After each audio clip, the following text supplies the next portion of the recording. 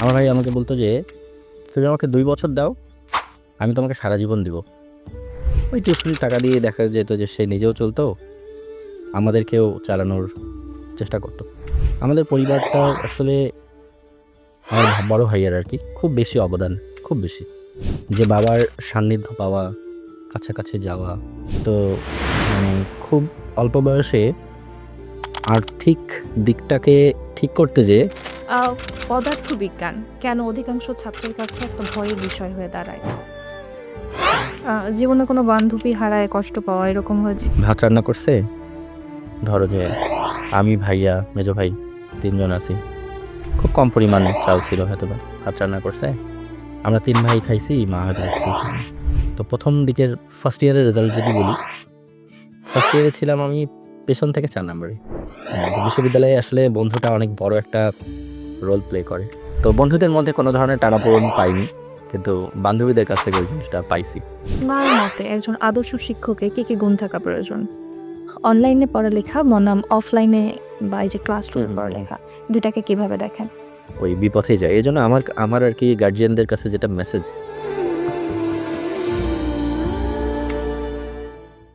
আজ আমাদের মাঝে উপস্থিত আছেন এমন একজন ব্যক্তি যার জীবনটা অনেকটা ফিজিক্সের ল অফ মোশনের মতো। জীবনে অনেক বাধা কিংবা ফ্রিকশন থাকলেও অদম্য ইচ্ছা শক্তির ফলে তিনি আজ অনন্য। কেমন আছেন স্যার? আলহামদুলিল্লাহ ভালো।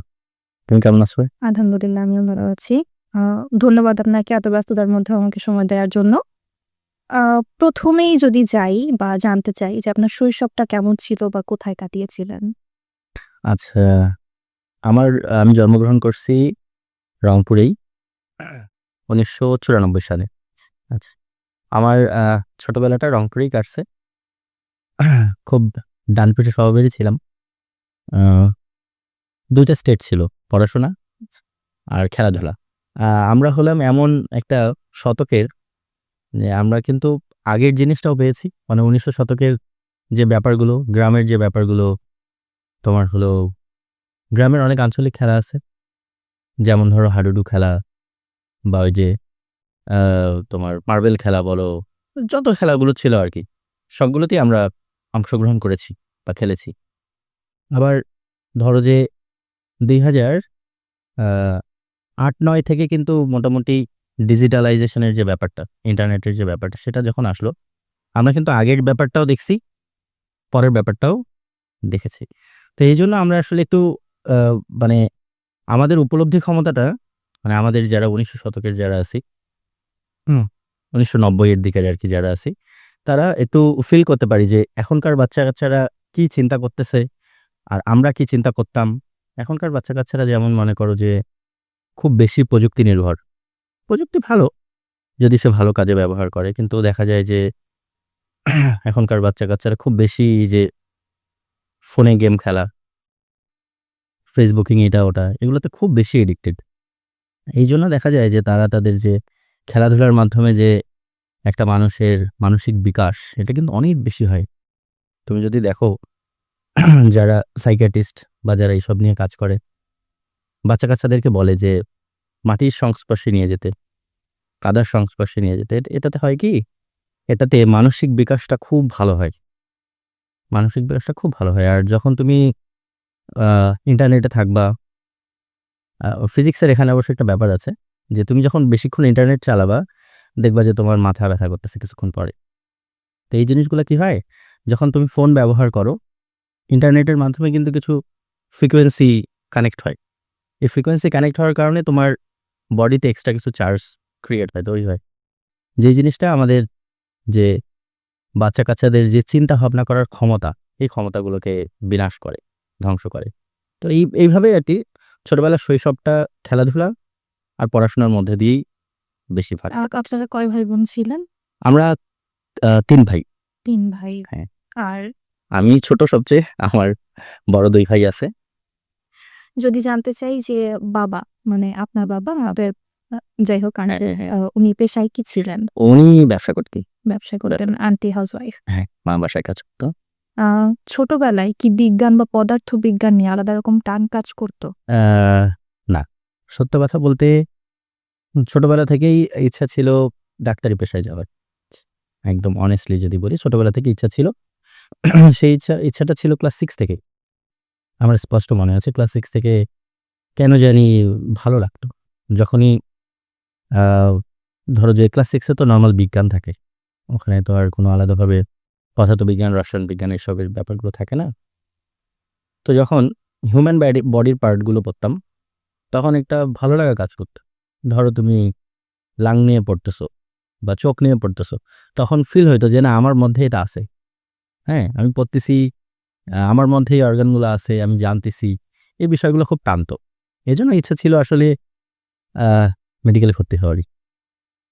মেডিকেল যখন ভর্তি পরীক্ষা দিলেন, যখন উত্তীর্ণ হওয়া হলো না, তখন ফিলিংসটা কিরকম ছিল? আচ্ছা, আ আমার আ অ্যাডমিশন আমি ২ বার দিছি।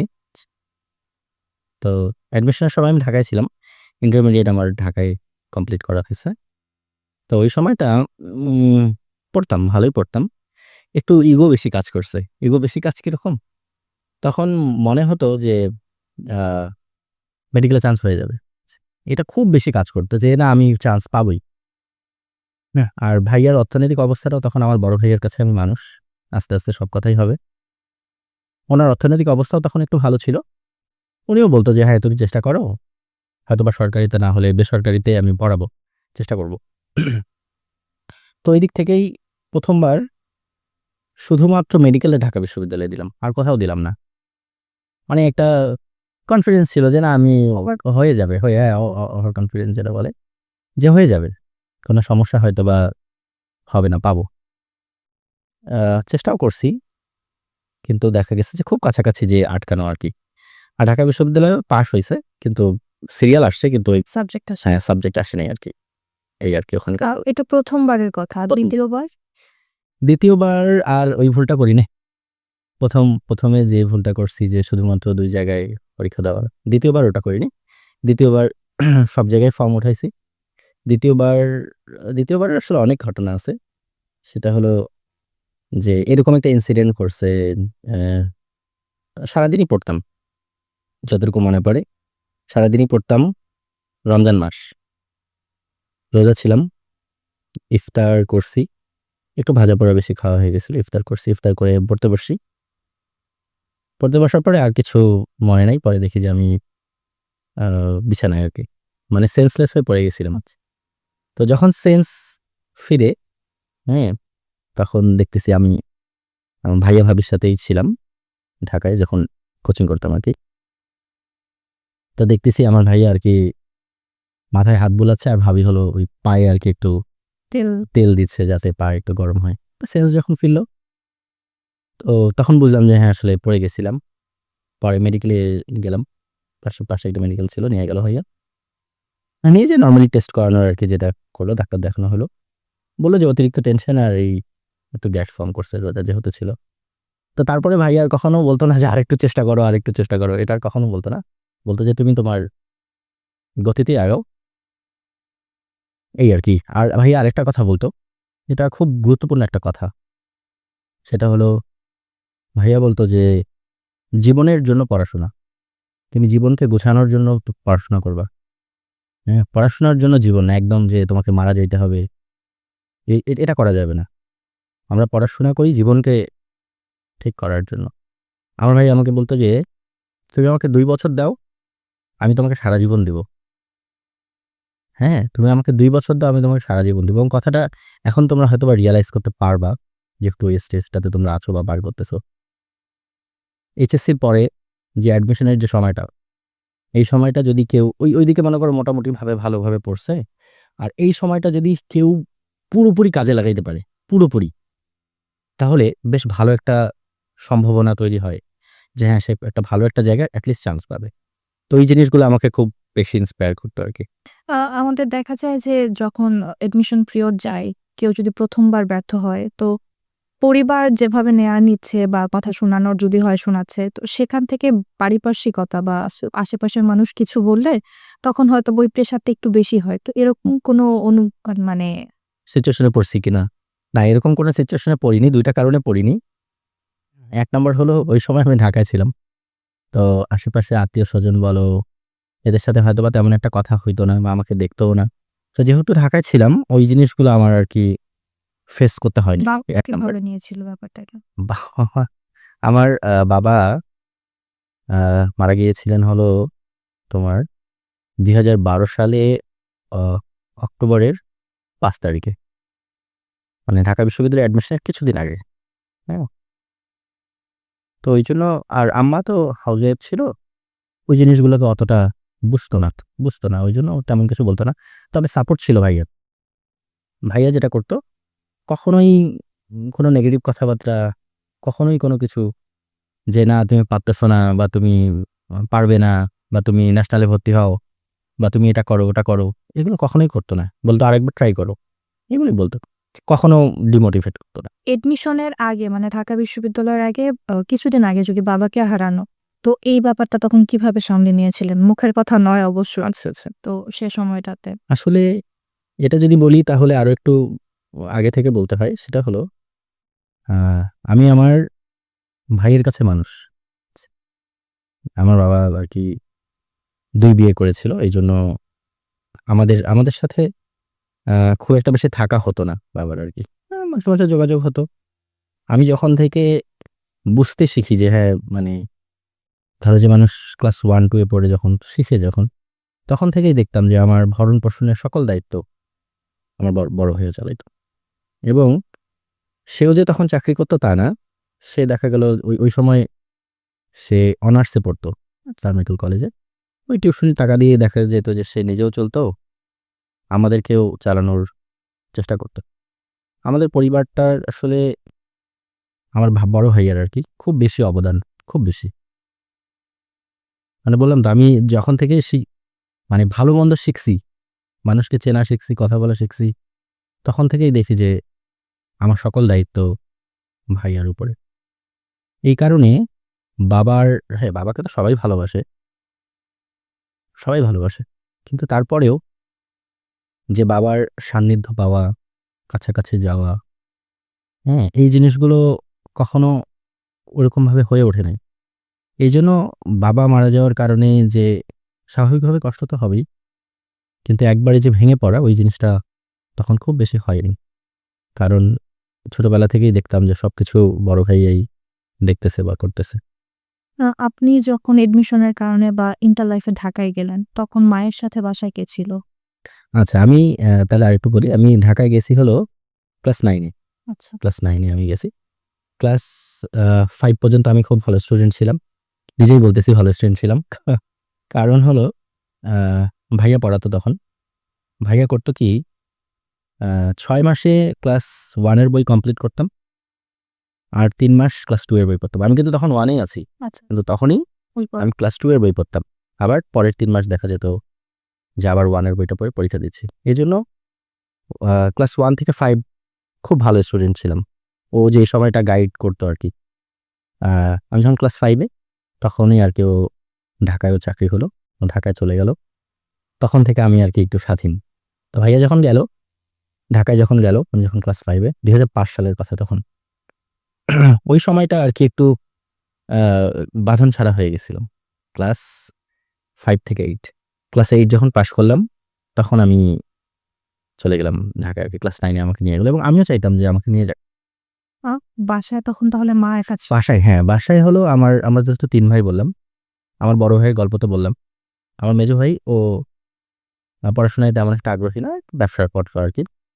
বড় ভাই মেজো ভাইয়ের ওয়াইফ ছিল, আ মা ছিল। মানে আমাদের বাসাটা কেমন?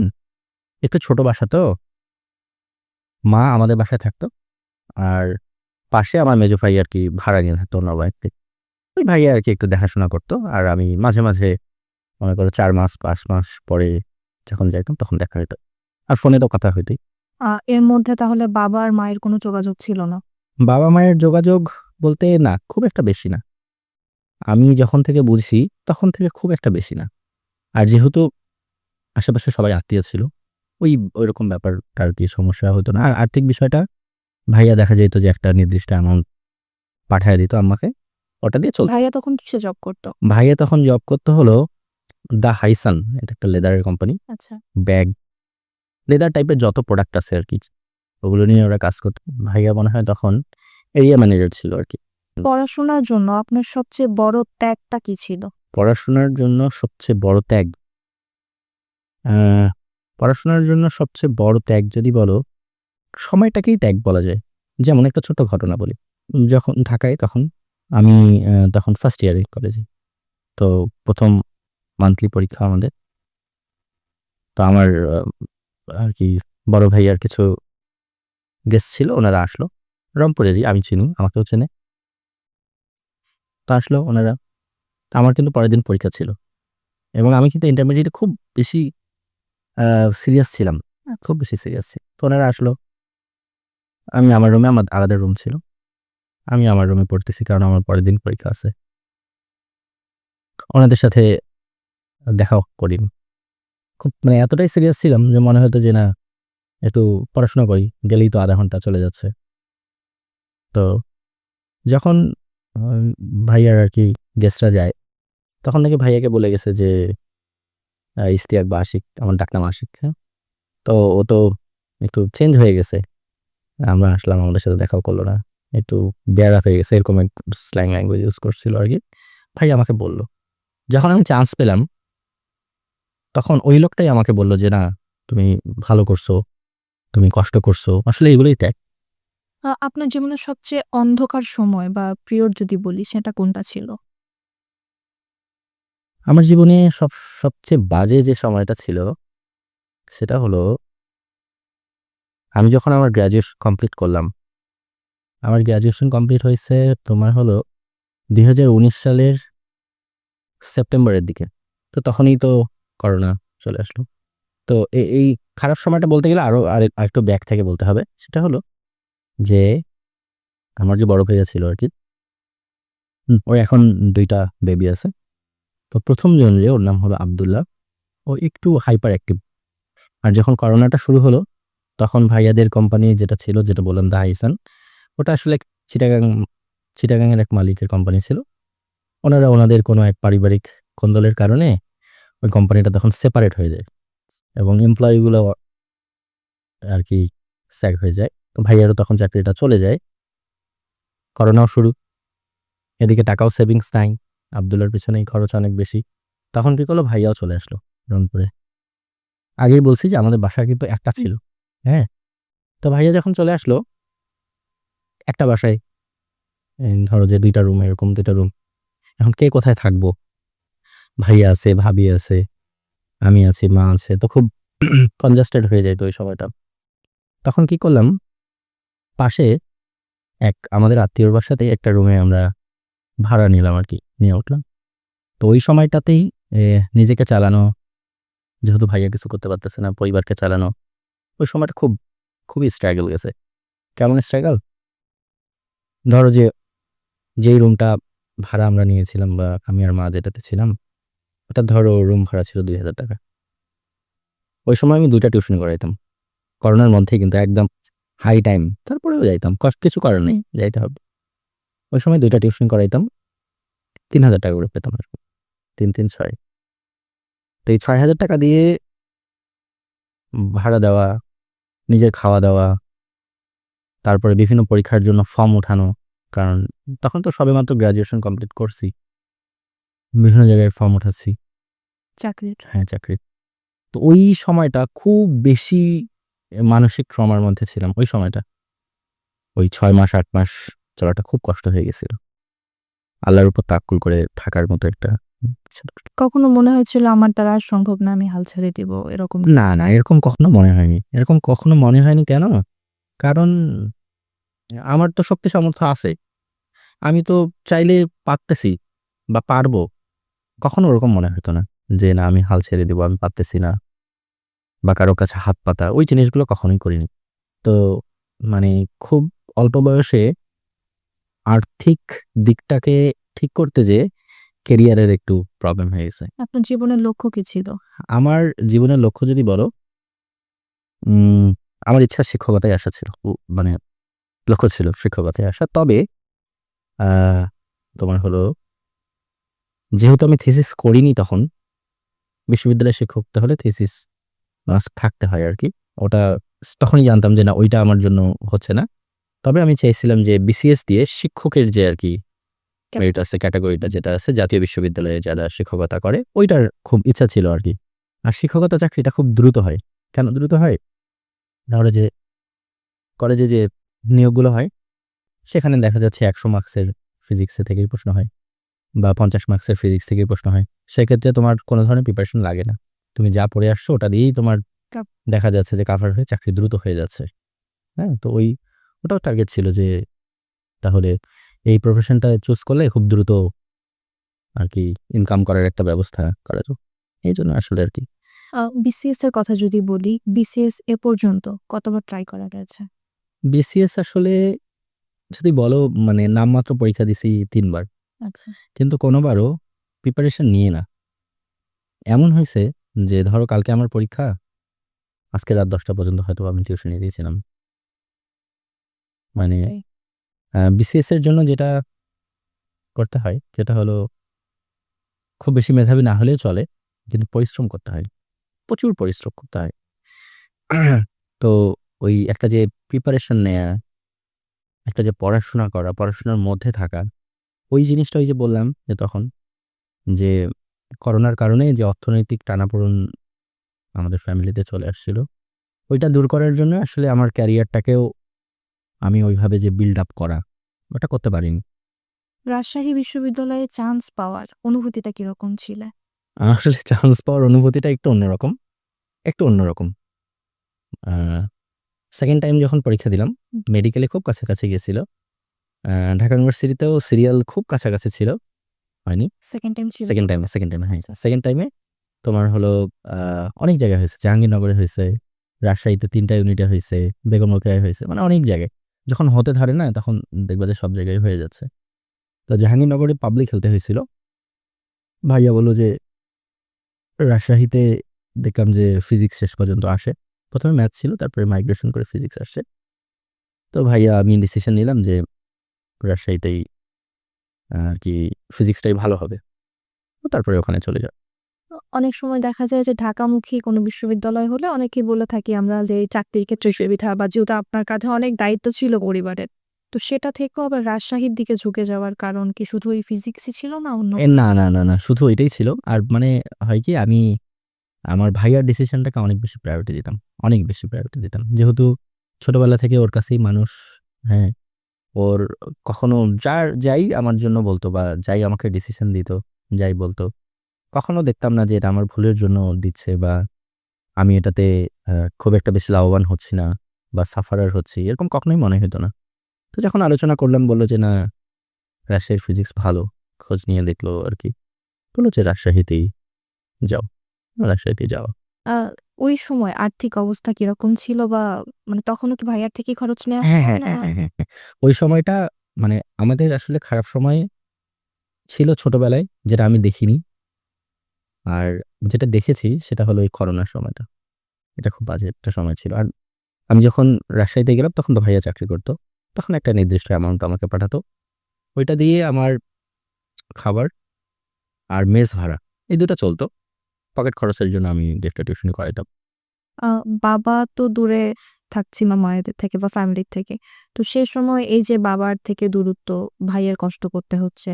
তো ভাইয়ের এরকম কষ্টের পরে মায়ের অনুভূতি প্রকাশ বা এই যে থাকে না যে আর্থিক যে অবনতি ছিল ওই সময়টাতে, ওই সময়ের কোনো ঘটনা যদি মনে থাকে এরকম যে খুব কষ্টের মধ্যেও এই জিনিসটা এভাবে সামলে নিয়েছিলেন? আ ওই মানে কষ্টের বিষয়ে যদি বলি তাহলে করোনার সময়টাই আমার বারবার ঘুরে ফিরে। মনে পড়ে। হ্যাঁ?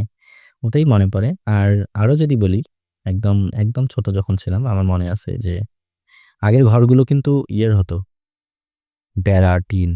এখনকার তো মোটামুটি বিল্ডিং হয়ে যাচ্ছে। ২০০০ ধরো ৩-৪ এর দিকের ঘটনা। ঘরগুলো তখন বেড়ার হতো, টিনের হতো। তো আমাদের ঐরকম একটা ঘর ছিল। মানে চারপাশে বেড়া আর উপরে টিন আচ্ছা। আরকি। তো যখন বৃষ্টি হয় তখন কিন্তু ওই টিনের ফুটোগুলো দিয়ে মানে পানি পড়তো। তো মনে আছে এটা। দেখা গেল যে যেখানে শুয়ে আছি বিছানার হয়তোবা এক জায়গায় পানি পড়তেছে।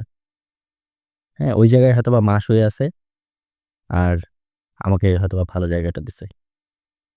এই জিনিসগুলো আরকি মনে আছে। বা ধরো যে ওই সময়টা এতটাই বাজে অবস্থা ছিল, ভাত রান্না করছে, ধরো যে আমি, ভাইয়া, মেজো ভাই ৩ জন আছি। খুব কম পরিমাণ চাল ছিল হয়তোবা। ভাত রান্না করছে। আমরা ৩ ভাই খাইছি, মা হয়তোবা কিছুই খায়নি। এরকমও অনেক দিন গেছে। আমরা বুঝতাম কিন্তু কিছুই করার থাকতো না আরকি।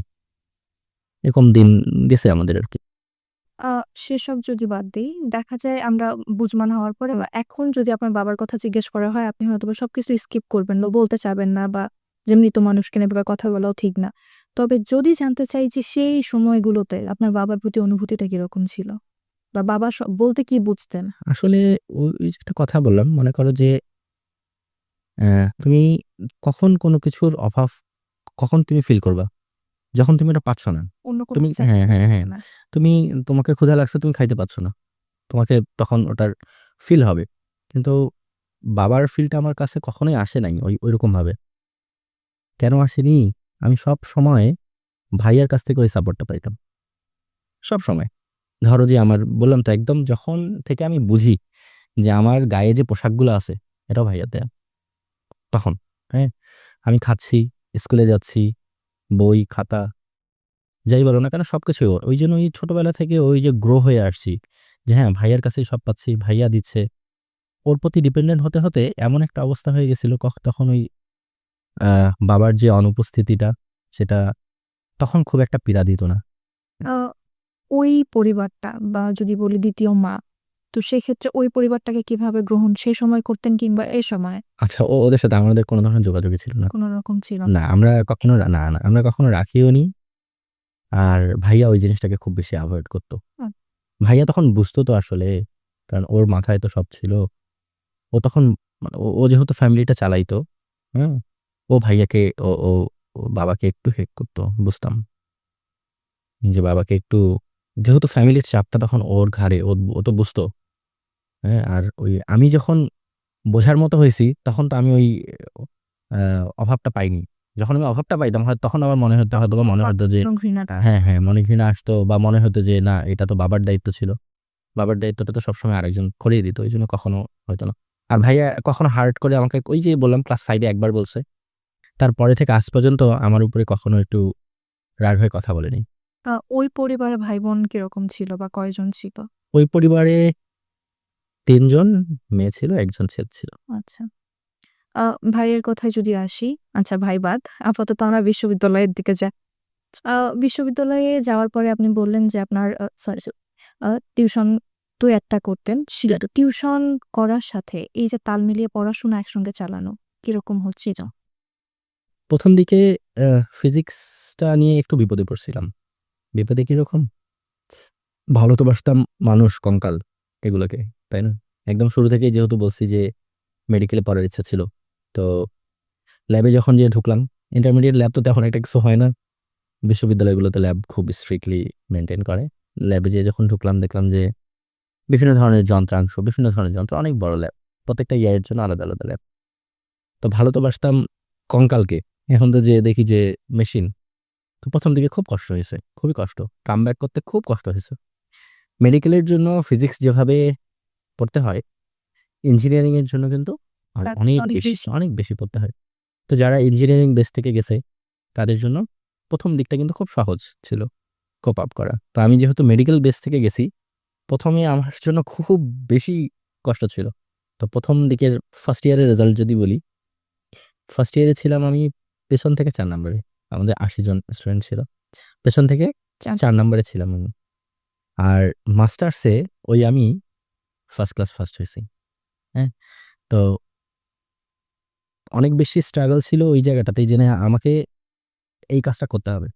এবং ওখানে যেয়ে আমি খুব মানে খুব অন্যরকম জিনিস দেখছি যখন বিশ্ববিদ্যালয়ে যখন গেলাম। ধরো ৮০ জন স্টুডেন্ট, ৮০ জনের মধ্যে 90% খুব অজপাড়াগা থেকে উঠে আসা। এবং তাদের অর্থনৈতিক অবস্থা আমার থেকেও খারাপ।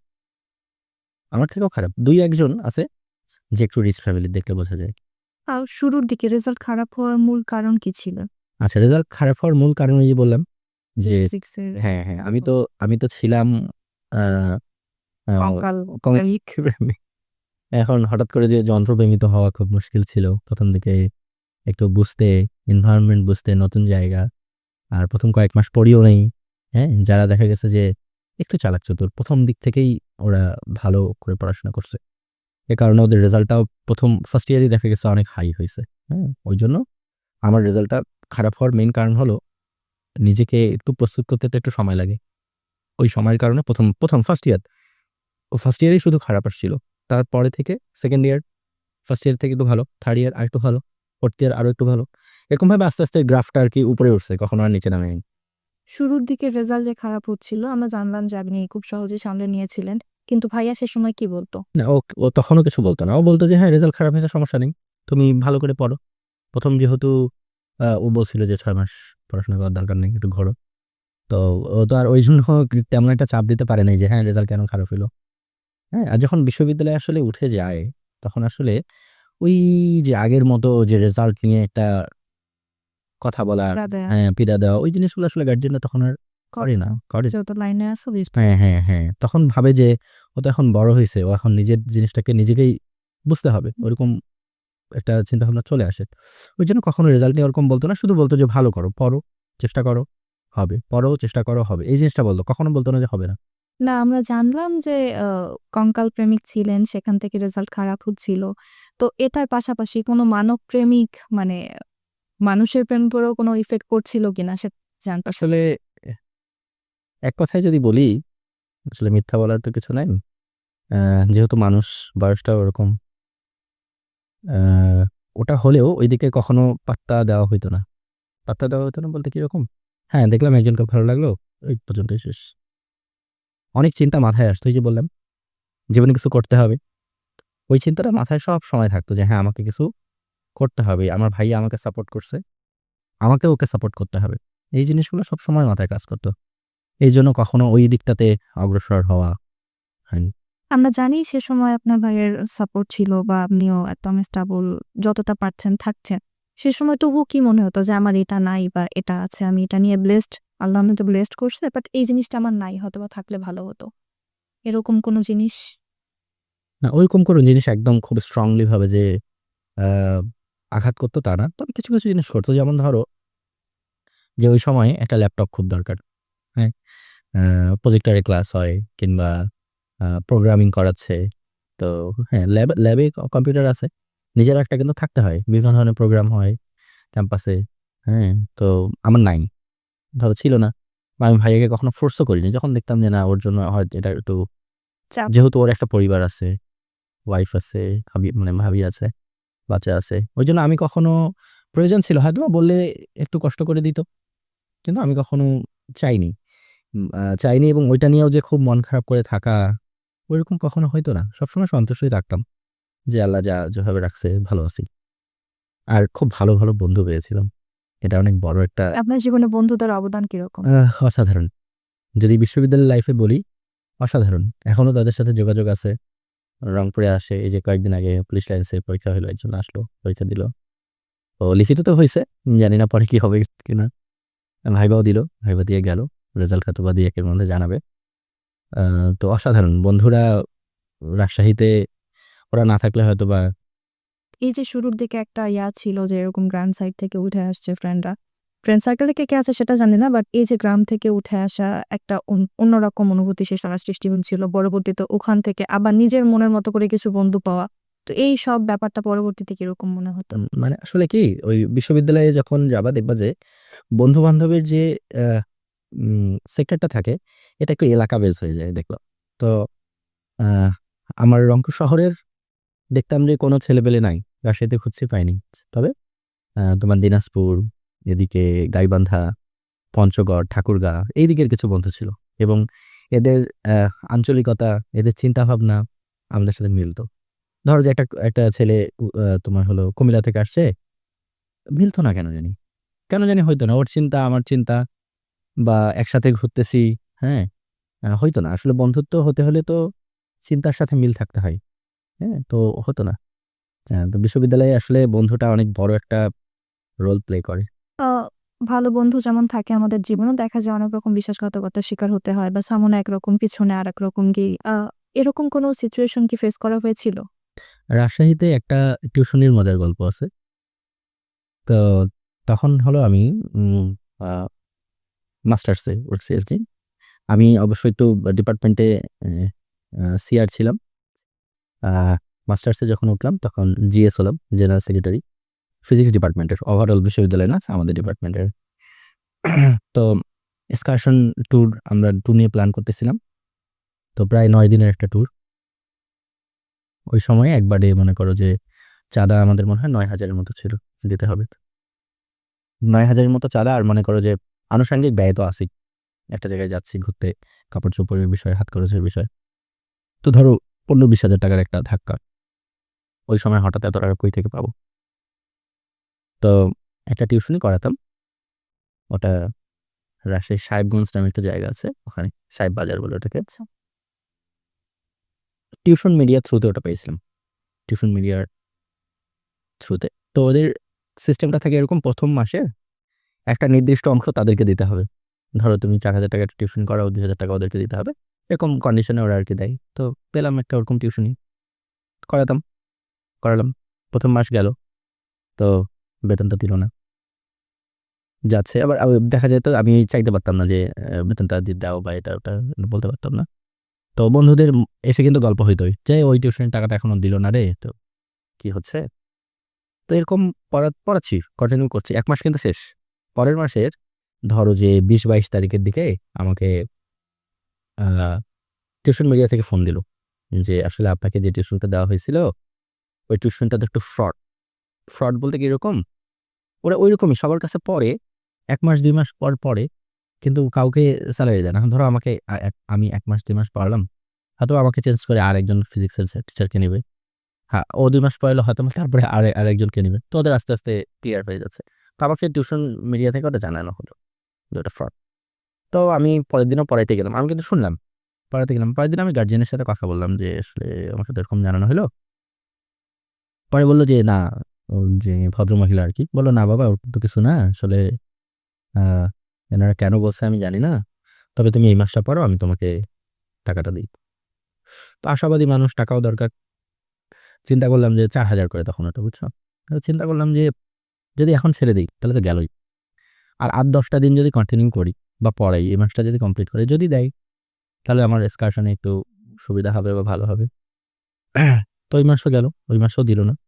আবার একই কথা এসে বলল যে আহ, তোমার বলে যে বাবা একটু তো পারিবারিক সমস্যা, তুমি এক কাজ করো, তুমি এই মাসটা পড়াও, আমি তোমাকে 3 মাসের একসাথে দিব। তো আমি তখন বললাম যে তখন আন্টি বলতাম, ছোট ছিলাম যেহেতু, বললাম যে আন্টি আমার তো এক্সকারশন আছে, তো আপনি টাকাটা দিলে একবারে আমি মোটা টাকা একবারে আমি ওখানে দিতে পারবো। বলো আচ্ছা বাবা, ঠিক আছে, কোনো সমস্যা নেই। তো 3 মাস পড়ানো হইলো। ওই সময় কিসের জানি একটা বন্ধ হইলো, পূজা বা এই টাইপের একটা কিছু বন্ধ, তো কয়েকদিন বন্ধ দেওয়া হইলো। পরে 3 মাস পরে যখন আবার গেলাম, তখন শুনলাম যে বাসায় চেঞ্জ করছে। মা- মানে ওই বাসায় আর কি নেই। তো কাউকে দোষ দিলাম না, কারণ সোশ্যাল মিডিয়া থেকে তো আমাকে আগেই জানানো হয়েছে যে আসলে ফ্রড। বিশ্বাসের উপরেই গেছিলাম যে যদি ওটা পাই তাহলে হয়তো বা আমার এই দিকটা একটু সুবিধা হবে, কারণ একসাথে অত টাকা ওই সময় ম্যানেজ করাটা খুব টাফ হয়ে যেত, আর বাসা থেকেও তো ওইভাবে নিতে পারতাম না। তো পরে আর কি এক বন্ধু একটু হেল্প করলো, ও 10,000 টাকা দিল। তারপরে আমি এক্সকারশনটা কমপ্লিট করলাম, আস্তে আস্তে পরে ওকে টাকাটা দিয়ে দিছি। এই হলো রাজশাহীর বুকে আর কি, যদি প্রতারণার কথা বলো, এটা এটা একটা। কোন মুহূর্তটি আপনাকে বদলে দিয়েছিল যে না, আমাকে ফার্স্ট হতেই হবে? আসলে এটা যখন রেজাল্ট খারাপ করলাম, তখন থেকেই ইচ্ছা ছিল যে না আমি ভালো কিছু করব, ফার্স্ট হব, এটা ছিল না, ইচ্ছা ছিল না যে ফার্স্ট হব, এটা কখনোই মাথায় ছিল না। মাথায় ছিল আমাকে ভালো করতে হবে। এই ভালো করতে করতে করতে করতে হয়ে গেছে। ফিজিক্সের মতো কঠিন একটা সাবজেক্টে মনোযোগ ফেরানোর কৌশলটা কি ছিল? আসলে ওই যে প্রথমেই বললাম যে তুমি যদি জেদি হও, তুমি যদি মনে করো যে না আমি এটা পারবো, আমি এটা করব, তাহলে কোনো কিছুই আসলে কিছুই না। রাবি ক্যাম্পাসে আপনার সবচেয়ে প্রিয় জায়গা কোনটি? আহ, রাবি ক্যাম্পাসের সবচেয়ে প্রিয় জায়গা যদি বলি, তাহলে প্রথম বিজ্ঞান ভবনকেই বলা যায়। মানে প্রথম বিজ্ঞান ভবন নিয়ে আমাদের ক্লাস হতো, ওই জায়গাটাকেই সবচেয়ে বেশি পছন্দ করা হয়। জীবন মানে রাজশাহীতে যখন ছিলাম বেশিরভাগ সময় ওই ডিপার্টমেন্টেই কাটছে। হলে থাকার কোনো মজার বা কষ্টের কোনো স্মৃতি আছে? আচ্ছা, হলে বলতে কি, আমি পুরো সময়টাই মেসেই ছিলাম, হলে ছিলাম না। আচ্ছা। হলে না থাকার ২ টা কারণ ছিল। ১ নম্বর কারণ হলো হলে থাকতে হলে একটু রাজনীতির সংস্পর্শে যেতে হয়। তুমি না চাইলেও যেতে হবে। বাইরে বিভিন্ন ধরনের প্রোগ্রামে ডাকলে তখন সেখানে যেতেই হয় বাধ্য। না গেলে একটু প্রবলেম হয়। এটা ১ নম্বর কজ। ২ নম্বর হলো যে আ হলে যেটা হইতো খাওয়া-দাওয়ার একটু প্রবলেম হতো। শিক্ষকদের থেকে কোনো বিশেষ অনুপ্রেরণা পেয়েছিলেন কি? শিক্ষকদের থেকে বিশেষ অনুপ্রেরণা বলতে আমাদের এক ম্যাডাম ছিলেন, হ্যাঁ? উনি অনুপ্রেরণা জাগিয়েছিলেন। উনি খুব ভালো মানুষ ছিলেন। আমি সিআর ছিলাম তো, লায়লা বানু নাম উনার। উনি করতো কি, ধরো যখন ফর্ম ফিল আপের টাইম আসতো, উনি কিন্তু জানতো যে এখানকার বেশিরভাগ বাচ্চা-কাচ্চারাই অর্থনৈতিকভাবে সচ্ছল না। উনি কি করতো, উনি আমাকে বলতো যে, "স্যার তুমি দেখিও তো ১০-১২ জন ছেলেপেলে যারা ফর্ম ফিল আপ করতে পারতেছে না, তাদেরকে আমার কাছে পাঠাবা।" এবং আমি এভাবে বলতাম যে কাদের প্রবলেম আছে। যারা বলতো যে হ্যাঁ, প্রবলেম আছে। কারণ দেখে তো বোঝার বুদ্ধি নাই আসলে কার প্রবলেম আছে, কার প্রবলেম নাই। যারা বলতো যে হ্যাঁ, আমার প্রবলেম আছে, তাদের একটা নামের লিস্ট দিতাম ম্যাডামকে। তো ম্যাডাম দেখা যাইত যে এমন একটা অ্যামাউন্ট দিত, যেটা দিয়ে ওর ফর্ম ফিল আপটা হয়ে যেত ওই বছর। তো আসলে যদি বলি যে ওনার এই যে ভালো কাজ, ক্লাসও ভালো নিতেন। এটাই আসলে সবচেয়ে বড় অনুপ্রেরণা। আসলে তুমি যাই করো না কেন, ভালো মানুষ হওয়া আসলে বড় কঠিন এখনকার জামানায়। নিজের স্বার্থ ত্যাগ করে ভালো কিছু করা, অন্যের জন্য কিছু করা, এটা খুব কঠিন। এখন তো আমরা আত্মকেন্দ্রিক হয়ে গেছি, শুধু নিজের জন্য চিন্তা করি। আ রেজাল্ট খারাপ থাকার সময় বা যে সময়টাতে রেজাল্ট খারাপ হচ্ছিল, সে সময় বন্ধুদের ব্যবহার কেমন ছিল? এটা একটা খুব ইন্টারেস্টিং ব্যাপার। সেটা হলো যে মানে যখন রেজাল্ট খারাপ হলো, আ তখন দেখা যেত যে বন্ধুদের মধ্যে কোনো ধরনের পরিবর্তন নাই। কিন্তু আ যারা আরকি বান্ধবী ছিল, তাদের মধ্যে একটু পরিবর্তন দেখা যায়। দেখা গেলো যে এই ছেলে ফার্স্ট হইছে বা যে একটু ভালো রেজাল্ট করছে, বান্ধবীরা দেখা যায় তাদের সাথে মেশা শুরু করলো। হ্যাঁ, এটা হয়। তো বন্ধুদের মধ্যে কোনো ধরনের টানাপোড়েন পাইনি। কিন্তু বান্ধবীদের কাছ থেকে ওই জিনিসটা পাইছি। এই আরকি। জীবনে কোনো বান্ধবী হারায় কষ্ট পাওয়া এরকম হয়েছিল? না, এরকম কিছু হয়নি। আচ্ছা। ওই আ যেদিন রেজাল্ট বের হলো এবং আপনি দেখলেন আপনি ১ম হয়েছেন। তো সেই মুহূর্তের অনুভূতিটা কেমন ছিল? আচ্ছা। আমি আসলে রেজাল্টটা ১ম এ দেখিনি। আ আমার বন্ধু যে আশফাক মাহমুদ তুষার, হ্যাঁ। দেখলাম যে সকালে একটা ও এসএমএস দিছে আমাকে। মানে আ মেসেঞ্জারে আরকি একটা ছবি পাঠাইছে ওটা। তো আমি জানতাম না যে আজকে রেজাল্ট হবে। কারণ বিশ্ববিদ্যালয়ের রেজাল্টগুলো হয় কি, ওরকম আ ডেট দিয়ে হয় না যে অমুক দিন হবে, হয়ে যায় আরকি। একটা ডেট দেয়া থাকে যে ৪ দিন ৫ দিনের মধ্যে হবে। তো ওর মধ্যে হয়ে যায়। তো ও ১ম এ আমাকে মেসেজটা দিল। কংগ্রাচুলেশনস জানাইলো এবং বলল যে তুই তো ফার্স্ট হইছিস আরকি। তো ১ম এই ভাইয়াকে জানাইছি। আচ্ছা। ওর যেহেতু অনেক অবদান। হ্যাঁ, অনেক অবদান। ওকে জানাইছি, ও খুব খুশি হইছে। শিক্ষকতা পেশায় আসার বড় কারণ আপনি যেটা বলে দিয়েছেন অলরেডি। তারপরেও এমন কি কখনো হয়েছে যে আপনি ডিপার্টমেন্ট ফার্স্ট হলেন। তো সেই ফার্স্ট হওয়া ছেলেটা এসে কলেজে চাকরি করছে, এটা নিয়ে কোনো কথা বা এটা নিয়ে পারিপার্শ্বিকতা হ্যাঁ, কখনো ফেস করতে হয়েছে? এটা নিয়ে আমার মাঝে নিজেরই খারাপ লাগে। নিজের খারাপ লাগে এবং আমার যে ওয়াইফ, ও এটা নিয়ে খুব আপত্তি জানায়। আপত্তি জানায় পজিটিভ অর্থে, নেগেটিভ অর্থে না। সেটা হলো ও খুব পড়াশোনা অনুরাগী মানুষ। পড়াশোনাকে ভালোবাসে। আ ও বলে যে, "তুমি এই জায়গা থেকে পড়ছো, তোমার আরো অনেক ভালো কিছু করা উচিত ছিল। আমি যদি তোমার জীবনে থাকতাম, তাহলে অবশ্যই তোমাকে মানে করতেই হইতো।" যেমন আমার কিছু সুযোগ ছিল, যেগুলো আমি অনায়াসেই ছেড়ে দিছি। কিরকম সুযোগ? যখন অনার্স কমপ্লিট হলো, অনার্সের পরে থিসিসের একটা ব্যাপার থাকে। থিসিস সবাই করতে পারে না। যাদের রেজাল্ট থাকে তারাই থিসিস করতে পারে। আমার রেজাল্ট ছিল থিসিস করার। আমি থিসিস করিনি। থিসিস করলে একটা সুবিধা কি? বাইরে যাওয়ার জন্য বেশ একটা ভালো সুযোগ তৈরি হয়। ধরো 60% 70% সুযোগ তৈরি হয়ে যায়। তারপর একটু চেষ্টা করলে, শিক্ষকের কথা মতো চললে, ওইভাবে পেপার পাবলিশ হলে মোটামুটি হয়ে যায়। তো ওই সময়টা আমি কিন্তু থিসিস করিনি। কেন করিনি? ওই অর্থনৈতিক যে ব্যাপারটা সেটাই পীড়া দিত। বাইরে যাবো, বাইরে গেলে একটা ব্যালেন্স দেখাইতে হয়। এই ব্যালেন্সটা কই থেকে দেখাবো? হ্যাঁ। বা এই যে থিসিস করব, নরমালি মনে করো নন থিসিসে যারা থাকে তাদের ১ বছর লাগে। যারা থিসিস করে তাদের দেখা যাচ্ছে ১ বছর ৪ মাস ৫ মাস লাগতেছে।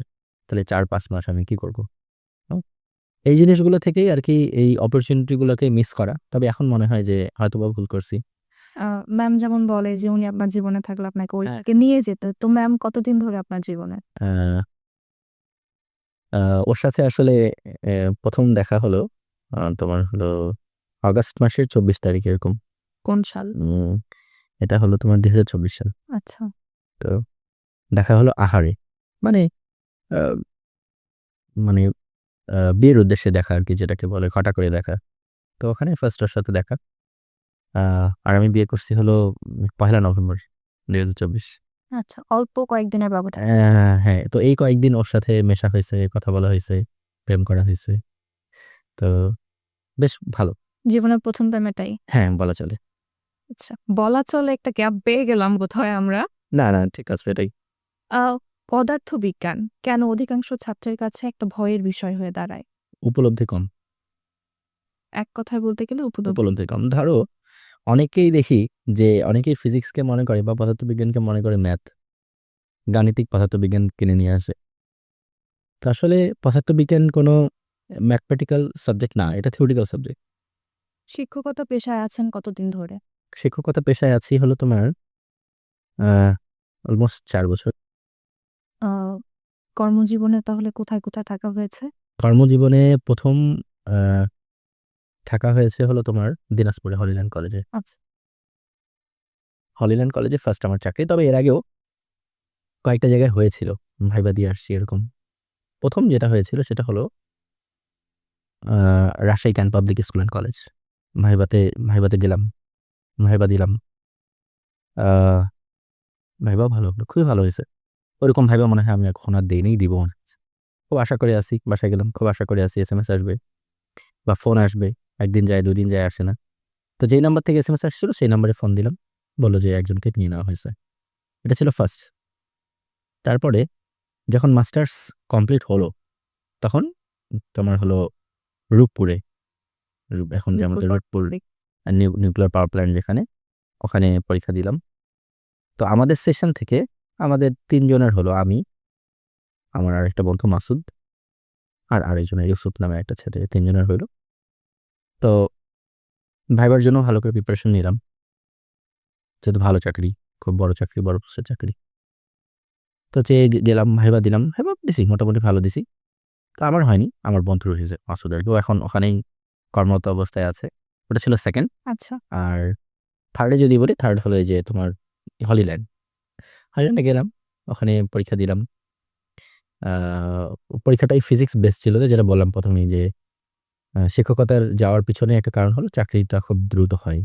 যেহেতু প্রশ্নটা সাবজেক্ট বেস হয়। তো ওখানে পরীক্ষা দিলাম। ৮-১০ জন ক্যান্ডিডেট ছিল, বেশি ছিল না। তো ওখানে হইল ফার্স্ট চাকরি আরকি ওটা। এর আগে তো টিকছি কিন্তু করা হয়নি। করা হয়নি। মানে হয়নি আমার আরকি। তো ফার্স্ট ওইটা ওখানে জয়েন করলাম। তো পড়লাম, ওখানে চাকরি করলাম। ওখানে চাকরি করছি তোমার হলো ৬ মাস। ৬ মাস চাকরি করার পরেই দেখলাম যে এখানে একটা সার্কুলার। ওই এখানে আবেদন করলাম, পরীক্ষা দিলাম, ফার্স্ট হলাম, ভাইবা দিলাম। পরে তো হয়ে গেল। চলে আসলাম। আর রংপুরে থাকার খুব ইচ্ছা ছিল আগে থেকেই। এটা আসলে আল্লাহ মনে হয় যে যেভাবে চায় আল্লাহ তাকে আসলে সেভাবেই হয়তোবা দিয়ে দেয়, রাখে। এই আছি আরকি রংপুরেই। সব মিলে ভালো আছি। মানে এটা যদি বলো, সব মিলে ভালো আছি। ক্লাসে পড়ানোর সময় আপনি কি আপনার পেছনের সংগ্রামের গল্পগুলো তুলে ধরেন? আসলে হয় কি তোমার আ যারা শোনে তাদের মধ্যে তুলে ধরা যায়। আর এখনকার বাচ্চা-কাচ্চা হয় কি এরা খুব সহজে মোটিভেটেড হয়, খুব সহজেই ডিমোটিভেটেড হয়। মনে করো বললা, হ্যাঁ, একদম, হ্যাঁ, স্যার আজকে থেকে আর হবে না। পরের দিন শেষ। সবাইকে বলা হয় না, সচরাচর বলা হয় আ আরকি। আপনার মতে একজন আদর্শ শিক্ষকের কি, কি গুণ থাকা প্রয়োজন? আসলে এখন যেটা হয়েছে, আদর্শ শিক্ষকের যে গুণটা ১ম এই থাকা দরকার সেটা হলো আ আমরা যেহেতু শিক্ষা দেই, বাচ্চাদেরকে শিখাই, কিছুটা ওই জ্বলন্ত মোমবাতির মতো আমরা কাজ করি। একটা মোমবাতি দিয়ে আরেকটা মোমবাতিকে ধরানো। একটা মোমবাতি দিয়ে আরেকটা মোমবাতিকে ধরানো। জ্ঞানের প্রসার যে ব্যাপারটা, সেটা নিয়ে কাজ করি আমরা। তো আদর্শ শিক্ষকের যে বিষয়টা ১ম এই খেয়াল রাখা দরকার, সে আসলে তার দায়িত্বটা পালন করতে পারতেছে কিনা। এই যে দেখা যায় যে ক্লাসরুমে পড়াচ্ছে তার পাশাপাশি এখন টিউশনের প্রতি অধিক ঝোঁক। ও স্টুডেন্টদের যেমন তেমন দেখা যায় মা-বাবাদেরও বা অনেক সময় এমন হয় যে টিচাররাও ফোর্স করতেছে যেটা আপনি বললেন অলরেডি যে ক্লাসে এরকম ঢিলামি দিচ্ছে আর যেন তার দিকে ঝুঁকে পড়ে প্রাইভেটের দিকে যায়। এই ব্যাপারটাকে আপনি কিভাবে দেখেন? আসলে এটা ২ টা ঘটনা ঘটে। ১ নাম্বার হলো তুমি যদি এখন আ অর্থনৈতিক ব্যাপারটা চিন্তা করো, তাহলে একটা শিক্ষক যেই পরিমাণ বেতন পায়, হ্যাঁ? সেটা দিয়ে আসলে তার ফ্যামিলি চালানোটা একটু কঠিন। কারণ ধরো একজন শিক্ষক, তার তো একটা সামাজিকতার একটা স্বীকৃতি আছে। ধরো আজকেই আমার কিছু আমার বাসায় আমার চাচাতো ভাই-বোনরা আসলো যে আজকে তারা পিকনিক খাবে। আজকের ঘটনাই সকালে। তো আসলো সে ওরা দাবি করল যে, "আজকে তো পিকনিক আমরা খাবো। তো তুমি একটা অ্যামাউন্ট আমাদেরকে দাও।" আমি তো শিক্ষক। এক জায়গায় চাকরি করতেছি, বেতন পাচ্ছি। ওরা তো জানতেছে না আমি কেমন বেতন পাই বা কি করি। জানে যে হ্যাঁ, ভালো একটা তো দেখা যায় যে দায়বদ্ধতা থেকে কিন্তু সম্মানের দিক থেকে একটা পার্সেন্টেজ তাদেরকে দিতেই হয় বা একটা ভালো অ্যামাউন্টই তাদেরকে দিতে হয়। সেক্ষেত্রে আমি ইনকাম করতেছি কত? হ্যাঁ? এটা একটা বড় ব্যাপার। যে সরকার যদি এরকম করত যে না শিক্ষকদের চলার জন্য যেটা এই কিছুদিন আগে পে স্কেলের যে বিষয়টা। তো শিক্ষকদের চলার মতো যদি আ আর্থিক যে আ সাপোর্টটা সেটা যদি দিত তাহলে এই জিনিসগুলো একটু হলেও কমতো। একটু হলেও কমতো। আমার মনে হয় আরকি। আমরা এটা জানি যে আপনার টিউশন যে সেন্টারটা এটার নাম অশ্বক্ষমতা। এই অশ্বক্ষমতা আসলে কেন হলো? আমি এটা জানার জন্য সামনে কথা ২-৩ টা আসলে বলা। আচ্ছা এটা নিয়ে একটা ছোট্ট গল্প আছে। অশ্বক্ষমতা কেন? অ্যা পদার্থবিজ্ঞানে যদি যাও এটাকে ইংলিশে বলা হয় হর্স পাওয়ার এবং জানো যে 1 এইচপি সমান ৭৪৬ ওয়াট লেখা যায়। যেমন ১ মিটার সমান ১০০ সেন্টিমিটার ঠিক এরকম 1 এইচপি ইকুয়াল ৭৪৬ ওয়াট লেখা যায়। তো ওই যে আমার বন্ধুর কথা বললাম যে রূপপুরে ২ জনেরই হয়েছিল। ওর পরে চাকরি হয়ে গেল। তো ওর সাথে আমার পড়াশোনা নিয়ে খুব বেশি কথা হইতো। আচ্ছা। কিরকম? দেখা গেল যে ও একটা জিনিস পড়তেছে, পড়তে ও আটকায় গেল বা একটা জিনিস বুঝতেছে না বা নতুন কোনো কিছু শিখলো, ও আমার সাথে শেয়ার করত জিনিসটা। যে এটা জানিস এটা কিন্তু এইরকম। এটা কিন্তু এইরকম, এটা কিন্তু এই জায়গায় ব্যবহার হয়। তো এই জিনিসটা শেয়ার করত। তো আমি যখন হলিল্যান্ডে, ও তখন চাকরি করত নির্ঝর ক্যান্ট পাবলিক স্কুল অ্যান্ড কলেজে ঢাকায়। তো ওদের ওখানে একটা এরকম একটা সেশন ছিল, এরকম একটা ক্লাস ছিল যে বৃহস্পতিবার একদম লাস্ট যে পিরিয়ড, সেই পিরিয়ডটা সেই পিরিয়ডটাতে একটা বিজ্ঞান ক্লাব ছিল ওদের আরকি। ওই বিজ্ঞান ক্লাবে বিজ্ঞান বিষয়ক যেকোনো প্রশ্ন যেকোনো বাচ্চা করতে পারবে। শিক্ষক যদি অ্যান্সার তাৎক্ষণিক জানে দিবে, যদি না জানে উনি জেনে এসে দিবে। আমরা তো সবকিছু জানি না। হুম। সবাই তো সবকিছু জানে না। আমাদের অনেক কিছু অজানা আছে। তো ওকে এক স্টুডেন্ট জিজ্ঞাসা করছে যে, আ "স্যার 1 এইচপি সমান ৭৪৬ ই কেন? ৭৪৮ কেন না?" আচ্ছা। হ্যাঁ? অথেন্টিক প্রশ্ন, খুবই যুক্তিযুক্ত প্রশ্ন। সে আমাকে ফোন দিল। আমাকে ফোন দিয়ে বলল যে, "আচ্ছা ইসলাক তোর আমরা যে পড়ি এটা সমান এটা কেন?" আমি বললাম যে, "এটা কনস্ট্যান্ট মান হয়তোবা। আমরা তো পড়ে আসছি এইভাবেই।" বলে যে, "না এটার অবশ্যই কোনো কারণ আছে। কেন হইল? ৭৪৮ ও হইতে পারত। কোনো না কোনো তো ঘটনা আছেই।" পরে আমাকে বলল, "তুইও একটু দেখ।" ও বলল যে, "আমিও একটু দেখি।" বললাম, "ঠিক আছে দেখ।" পরে ও দেখলো, আমিও দেখলাম। গুগল করলাম, YouTube করলাম। দেখলাম যে বিজ্ঞানী জুল, ওনার একটা ঘোড়া ছিল। আচ্ছা। সাদা একটা ঘোড়া ছিল। উনি ওই ঘোড়ার ক্ষমতা আসলে দেখতে চাইছে। ঘোড়ার ক্ষমতা কত? হ্যাঁ? ওই ঘোড়ার পিঠে কাকুস যেটা আরকি, সেখানে একটা নির্দিষ্ট পরিমাণ ভর দিয়ে ওকে আঘাত করে দেখছে যে প্রতি সেকেন্ডে ও কেমন ওর ক্ষমতা দেখাতে পারে। তো ওর ওই সাদা ঘোড়াটার ক্ষমতা ছিল ৭৪৬ ওয়াট। এইজন্য উনি 1 এইচপি সমান ৭৪৬ বলছে। ওই ঘোড়াটা যদি আরো ক্ষমতাবান হইতো, তাহলে তাহলে হয়তোবা এই মানটা আরো আরো বেশি চেঞ্জ হইতো। তো আমার এই জিনিসটা আমি খুব বেশি উপভোগ করছি যে হ্যাঁ, তাই তো আসলে এই জিনিসটা তো খুব ইন্টারেস্টিং বা আসলে জানার। এমনি তো আসলে কোনো কিছু হয় না। পিছনে একটা আসলে কারণ থাকে। তখনই আমি চিন্তা করছি যে যেহেতু শিক্ষকতায় আছি, কখনো যদি আ কোনো ধরনের কোচিং বা কোনো ধরনের ব্যাচ এভাবে দেওয়া হয় তাহলে আমি এই নামটা রাখবো। ওইটা থেকেই এই নামটা রাখা। আচ্ছা। আ বেশ ভালো। যদি জানতে চাই যে আপনার শিক্ষকতা পেশায় আসার পরে এমন কোনো ঘটনা ঘটেছিল যেটা আপনাকে খুব আ মানে শিক্ষকতা পেশায় আরো বেশি আ অনুপ্রাণিত। আরো অনুপ্রাণিত করেছে এরকম কিছু? গতদিনই একটা ঘটনা ঘটছে। গতদিন, গতকালকেই। গতকালকে আমাদের আ তোমার হলো কলেজে প্রাথমিক যে পর্যায়ে ছিল ওর পিকনিক ছিল, আর ফার্স্ট ইয়ারের পরীক্ষা চলতেছে, অর্ধবার্ষিক পরীক্ষা চলতেছে। তো পরীক্ষার ডিউটিতে আছি, আমি এক্সাম কমিটিতে আছি। তো দেখতেছিলাম প্রত্যেকটা রুমে রুমে যে দেখতেছিলাম কার কি সমস্যা। ৫ তলায় ছিলাম। তো এরকম এক সময় আগে স্টুডেন্ট ঢুকলো, আমারই স্টুডেন্ট রিফাত, তোমাদের মনে হয় সিনিয়র হবে এক ব্যাচ। আচ্ছা। আমাদের এখন যে সভাপতি ওনার আর কি নাতি হয়। যাই হোক, তো সে এসে কোনো কথা না বলেই পায়ে ধরে সালাম করলো। হ্যাঁ, তো আসলে এই জিনিসগুলো একটু অন্যরকম, মানে বোঝানো যায় না। এই যে সবার সামনে পায়ে ধরে সালাম করা আসলে নিজেকে আসলে মনে হয় যে না হোক, টাকা কম আছে ঠিক আছে, কিন্তু এই সম্মানটা আসলে অন্যরকম। তুমি ফিল করতে পারবা না যখন যদি ওই সিচুয়েশনে যাইতা, তাহলে ফিল করতে যে আসলে এটা কতটা ভালো লাগা কাজ করে। না, আমি টুকটাক পেয়েছি। আমি নিজেরও পেয়েছি, যেহেতু আমি কিছুদিন ছিলাম একটা জায়গায়। তো শিক্ষকতা পেশায় আসার পরে কোনো বাজে ঘটনা বা যেটা আপনাকে পীড়া দেয়, এক কথায় যদি জানতে চাই। না, এরকম কোনো ঘটনা ঘটে নাই কখনোই। আ আপনার প্রিয় বিজ্ঞানী, পদার্থবিজ্ঞানী কে এবং কেন? আচ্ছা, প্রিয় পদার্থবিজ্ঞানী যদি বলো, তাহলে আসলে বিজ্ঞানের অনেক কাজ অনেকজন করছে, বুঝছো? তার মধ্যেও যদি তুমি সর্বশ্রেষ্ঠ বলো, যেমন পদার্থবিজ্ঞানের জনক একজনকে বলা হয় না। অন- অন্যান্য বিষয়গুলোর জনক কিন্তু হ্যাঁ। একজনকে বলা হয়। বায়োলজিতে যেমন হ্যাঁ, উদ্ভিদ আলাদা, এ আলাদা। হ্যাঁ, তো পদার্থবিজ্ঞানের জনক কিন্তু একজনকে বলা হয় না। আইনস্টাইন, নিউটন এবং গ্যালিলিও ৩ জনকে একসাথে মিলিয়ে পদার্থবিজ্ঞানের জনক বলা হয়। সেক্ষেত্রে যদি বলো, এখনকার মডার্ন ডের কথা যদি বলো, কোয়ান্টাম মেকানিক্সের কথা যদি বলো, সেক্ষেত্রে আলবার্ট আইনস্টাইনের কথা বেশি বলা যায়। আচ্ছা।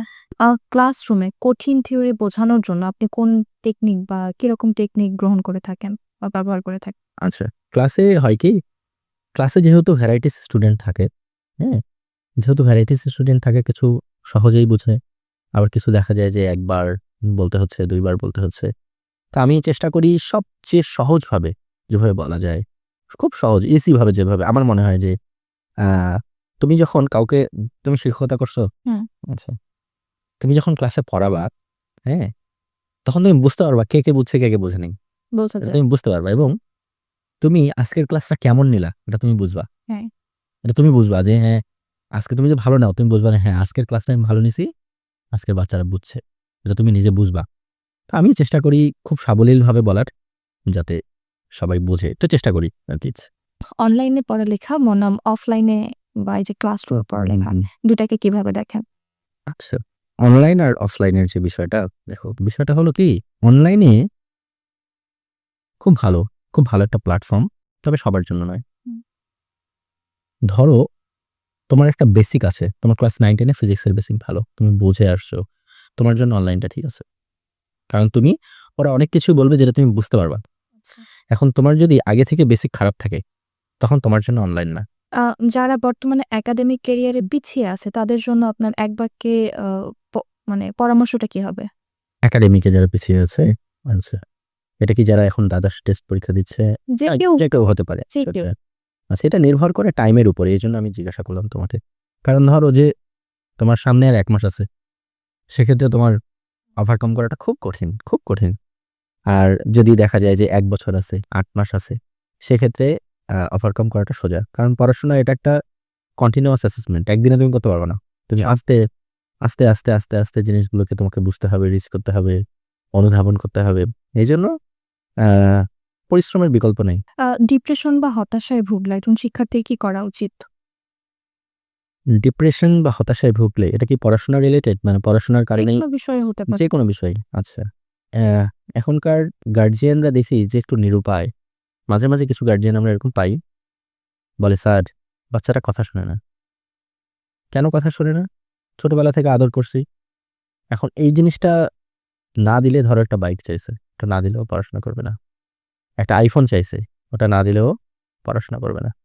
যখন আমরা গার্ডিয়ান হই, যখন আমাদের বাচ্চা-কাচ্চা হবে বা বাচ্চা-কাচ্চাদেরকে, আমার মনে হয় যে একটু অভাব-অনটনের মধ্যে বড় করা উচিত। তাকে চাওয়ার সাথেই সবকিছু দিয়ে দেওয়াটা ঠিক না। ওই বিপথেই যায়। এজন্য আমার আরকি গার্ডিয়ানদের কাছে যেটা মেসেজ, সেটা হলো বাচ্চাদেরকে যখন ওনারা বড় করবে, তখন যাতে এতটা স্বাধীনতা যাতে না দেয়। চাইলেই দেয়া লাগবে। এইরকম স্বাধীনতাতে যাতে না দেয়। ভাগ্যের চেয়ে পরিশ্রমকে আপনি কতটা গুরুত্ব দেন? অনেক বেশি। ভাগ্য তো আসলে আনসার্টেন ব্যাপার। ধরো আল্লাহ আমার ভাগ্যে যেটা দিছে, যেটা রাখছে সেটা তো আমি পাবোই, তাই না? এখন আমি যদি পরিশ্রম না করে শুধু ভাগ্যের পেছনেই বা ভাগ্যে ছেড়ে দেই, এটা আসলে বোকামো ছাড়া আর কিছুই না। আপনার জীবনের সবচেয়ে বড় ভুল বা এমন কোনো ভুল যেটা থেকে আপনি শিক্ষা নিয়েছেন? জীবনে আসলে বড় ভুল যদি বলো, ঐরকম কোনো এখন পস্তাই বা এরকম কোনো কিছু ভুল নেই। তবে একটা জায়গায় মনে হয় যে এটা করলে হয়তোবা জীবনে আরো ভালো কিছু করতাম। সেটা হলো যখন বের হলাম বা যখন বিশ্ববিদ্যালয়ে ছিলাম, তখন উচ্চ আকাঙ্ক্ষা বা ভালো কিছু করার বা বাইরে যাওয়ার এই মেন্টালিটিটা ছিল না। আচ্ছা। হ্যাঁ? তো আমার মনে হয় যে ওটা আমার তখন চিন্তা করা উচিত ছিল। আপনার কাছে সফলতার সংজ্ঞা কি? সফলতা আসলে তোমার চারপাশের মানুষকে তুমি যদি ভালো রাখতে পারো এবং তোমার অ্যাবসেন্স যদি কেউ ফিল করে, সেটাকে আমি আসলে সফলতা করি। সমালোচনাকে পজিটিভলি নেওয়ার কি উপায়? সমালোচনায় আসলে তখনই হবে যখন তুমি ভালো কাজ করবা। হ্যাঁ? যখন তুমি ভালো কাজ করবা, আ অনেকে এটাকে পছন্দ করবে না। বিশেষ করে আমাদের বাংলাদেশের এই জিনিসটা কেন জানি বেশি, আমি বুঝি না। আ আপনি অবসরে কি করতে পছন্দ করেন? আমি আ ১ম এই বলছি যে আমার জীবনে ২ টা স্টেট ছিল। খেলাধুলা, খেলাধুলা, পড়াশোনা। পড়াশোনা। তো এই কিছুদিন আগেই কলেজে একটা খেলাতে পায়ে আরকি লিগামেন্ট ছিঁড়ে গেছে। খেলাধুলায় অবসর। তো এখন বর্তমানে অবসর সময়টা আমি আমার ওয়াইফকেই দেই আচ্ছা। এবং তার সাথে সময় কাটাতে আমার বেশ ভালো লাগে। আ আপনার বর্তমানে যদি বলি কাজের চাপ আবার সংসার ২ টা মিলে চাপ তো সামলাতেই হয়। তো এই চাপ সামলানো বা অন্যান্য সাইড থেকে আপনার সহধর্মিণীর অবদান কিরকম আপনার জীবনে? অনেক বেশি। ও আসলে অসাধারণ একজন মানুষ। আ অসাধারণ মানুষ। আসলে ভাগ্য থাকলেই মনে হয় এরকম পাওয়া যায়। হ্যাঁ, এবং ম্যামকে ১০ এ কত দিবেন? ১০ এ ১০ এ আরো বেশি দেওয়া গেলে দেওয়া যাবে। আমি জাস্ট এইটাই বলতে চাচ্ছিলাম। আই হোপ এটা 10 পার হবে। আ এমন কোন স্বপ্ন যা এখনো পূরণ হয়নি? হ্যাঁ, একটা স্বপ্ন আছে। আ আমার একটা তোমার হলো প্রজেক্ট নিয়ে কাজ করার ইচ্ছা। এই ধরো যে কিছু গরু থাকবে, একটা পুকুর থাকবে, ফলের গাছ থাকবে। মানে পুরো এগ্রিকালচার এর দিকে ফেলে যাওয়া। কারণ এখন বয়স আছে, টিউশনি করাচ্ছি। যখন 40 শেষ হবে, হ্যাঁ? আমার ইচ্ছা আছে কৃষির দিকটাতে যাওয়ার। ওটা আমাকে টানে। আপনার সাফল্যের পেছনে সবচেয়ে বড় অবদান কার? বড় হয়ে গেল। এখন যদি কোনো স্টুডেন্টকে মনে করতে হয় বা যে এই স্টুডেন্টটাকে আমি মনে করতে পারি সহজে এমন কোনো স্টুডেন্ট? হ্যাঁ, আমার একদম আ ১ম যে স্টুডেন্ট আ জাহিন নাম ওর, রাজশাহীর। আ তো ওকে আমার খুব মনে পড়ে আরকি এবং এই যে রাজশাহীতে কয়েকদিন আগে আমাদের কনভোকেশন হলো। না, আমি গেছিলাম। তো সেখানে এসে তার পরীক্ষা চলতেছিল সেমেস্টার ফাইনাল। তো পরীক্ষা দিয়েই বাসে উঠছে আমার সাথে দেখা করব। ও থাকে হলো পাবনাতে। আচ্ছা। হ্যাঁ? ও পরীক্ষা দিয়েই উঠছে বাসে যে আমার সাথে দেখা করবে। তো এই বিষয়গুলো আসলে খুব ভালো লাগে যে দেখো তোমার জন্য একজন মানে সেই কবে পড়াইছি, হ্যাঁ? জানছে যে স্যার আসছে। ও তো এখন বড় হয়ে গেছে। প্রায় গ্র্যাজুয়েশন শেষ। তারপরেও যে একটা ভক্তি, হ্যাঁ? এই জিনিসগুলো আসলে অসাধারণ। বাংলাদেশের বর্তমান শিক্ষা ব্যবস্থা নিয়ে আপনার কোনো অভিযোগ বা পরামর্শ? বাংলাদেশের শিক্ষা ব্যবস্থা নিয়ে অভিযোগ তো অনেক আছে। অনেক অভিযোগ। পরামর্শ যদি দেই, পরামর্শটা হলো আমাদের বাংলাদেশের এডুকেশন সিস্টেমটা একটু আজব। আজব কিরকম? ধরো তোমাকে পড়ানো হচ্ছে কত সালে প্লেন আবিষ্কার হয়েছে। তোমাকে শেখানো হচ্ছে না কিভাবে হয়। না আবিষ্কার করতে হয়। কিভাবে করতে হয় এটা তোমাকে শেখাচ্ছে না। হ্যাঁ? সব একটু মুখস্থ নির্ভর পড়াশোনা। তো এই জিনিসগুলো থেকে যখন আমরা বের হইতে পারবো, ইনোভেশন এর দিকে যাবো, শিক্ষাকে মর্যাদা দিব। এখন তো যদি তুমি দেখো আমাদের সামাজিক প্রেক্ষাপট যদি দেখো, শিক্ষকরা যে খুব একটা মর্যাদা পায় তা না। হ্যাঁ? অন্যান্য স্টুডেন্টরা মর্যাদা দিচ্ছে কিন্তু একটা সামাজিকভাবে যে একটা মর্যাদা। ধরো একজন ব্যাংকার আর একজন শিক্ষক। যদি তুমি দেখো জেনারেল বা সাধারণ মানুষগুলো দেখবে ব্যাংকারকেই বেশি প্রায়োরিটি দিচ্ছে। কেন প্রায়োরিটি দিচ্ছে? কারণ সে তার সেলারি বেশি। এই জিনিসগুলো বইয়ে আছে, ফিল করি না। ওই যে তার থেকেও বড় কথা কি ওই পেশার মানুষগুলোকেও তো শিক্ষকই লালন করছে বা বড় করছে। তাদেরকে স্বপ্নগুলো দেখাচ্ছে তো তারাই। আ যদি বলি যে ৪র্থ শিল্প বিপ্লবের জন্য আমাদের শিক্ষার্থীদের কিভাবে তৈরি হওয়া উচিত? আসলে এখনকার যে যুগ এসছে এআই এর যুগ, এখন এআই তো খুব ভালো কাজও করতেছে, খুব খারাপ কাজও করতেছে।